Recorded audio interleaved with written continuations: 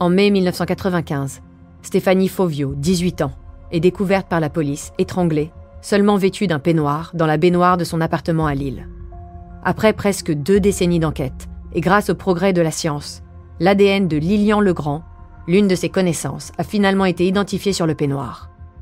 Devenu gendarme pendant ces années hors de tout soupçon, il a été condamné à 30 ans de réclusion criminelle.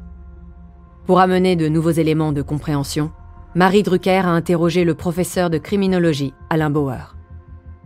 Bienvenue dans Au bout de l'enquête, l'affaire Stéphanie Fauvio, épisode bonus. Cher Alain, professeur de criminologie, j'avais besoin de vos lumières d'experts pour éclairer cet épisode bonus d'Au bout de l'enquête. Bonjour Marie, c'est toujours un plaisir de pouvoir expliciter, rendre clair, transparent ce que sont les outils de la criminologie et donc la manière dont les enquêtes sont menées. C'est donc la contre-expertise demandée par la famille qui a permis à l'enquête d'avancer. Grâce à cette analyse, les enquêteurs apprennent que Stéphanie Fauvio n'était pas une consommatrice régulière d'héroïne, contrairement à ce qu'ils pouvaient croire. Alain, qui diligente ces expertises ? En France, c'est le juge qui a le pouvoir de décider s'il veut commander une expertise complémentaire, une expertise toxicologique, une expertise psychiatrique, une expertise balistique, de l'accidentologie, ce qui peut être un élément important dans des affaires où on ne sait pas très bien ce qui relève de l'événement ou de la malveillance.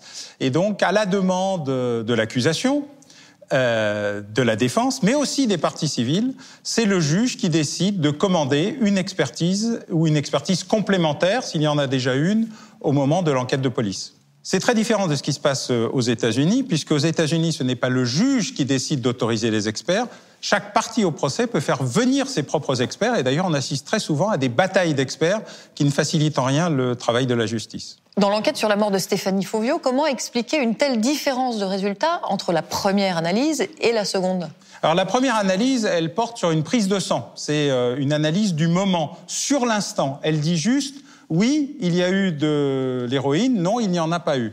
La deuxième analyse, elle porte sur un cheveu. Le cheveu a une mémoire longue, qui permet de savoir si la prise était régulière, la quantité de prise, le niveau de prise. Et là, la démonstration va montrer qu'il ne s'agissait pas d'une consommatrice régulière.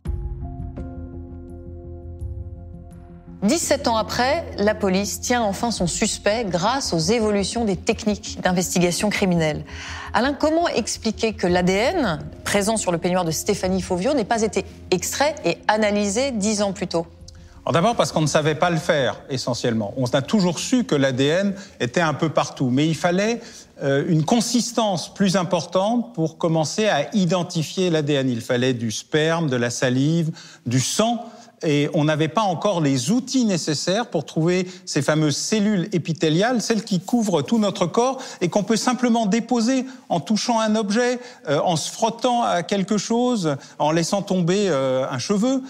Et donc tous ces éléments-là ne sont apparus que tardivement, et c'est d'ailleurs parce que l'auteur du crime avait touché ce peignoir qu'on a pu identifier cet ADN, l'extraire et surtout découvrir l'identité de son porteur. Ces nouvelles techniques ont-elles permis d'élucider beaucoup d'affaires ?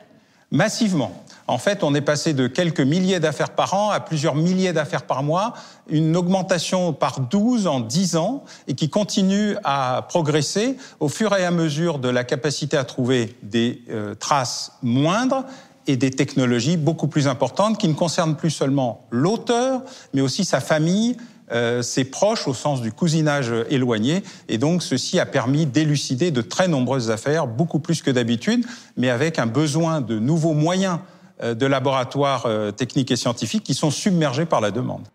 Merci Alain de nous avoir aidé à mieux comprendre les dessous de cette affaire. Je vous donne rendez-vous bientôt pour un nouvel épisode bonus d'Au bout de l'enquête. Oui Marie, merci et à très bientôt. Vous venez d'écouter l'épisode bonus d'Au bout de l'enquête, consacré à l'affaire Stéphanie Fauvio. Si vous avez aimé ce podcast, vous pouvez vous abonner sur votre plateforme de podcast préférée et suivre Initial Studio sur les réseaux sociaux. Au bout de l'enquête est un podcast coproduit par Initial Studio, Enibas Productions et France Télévisions, adapté de l'émission audiovisuelle éponyme produite par Enibas Productions et France Télévisions. Vous pouvez retrouver l'émission Au bout de l'enquête sur France 2 ou en replay sur France.tv. Production exécutive du podcast, Initial Studio. Production éditoriale, Sarah Koskiewicz, Astrid Verdun, assistée de Marie Agassan. Montage, Victor Benamou et Mona Delahaye. Avec la voix de Julie Drey.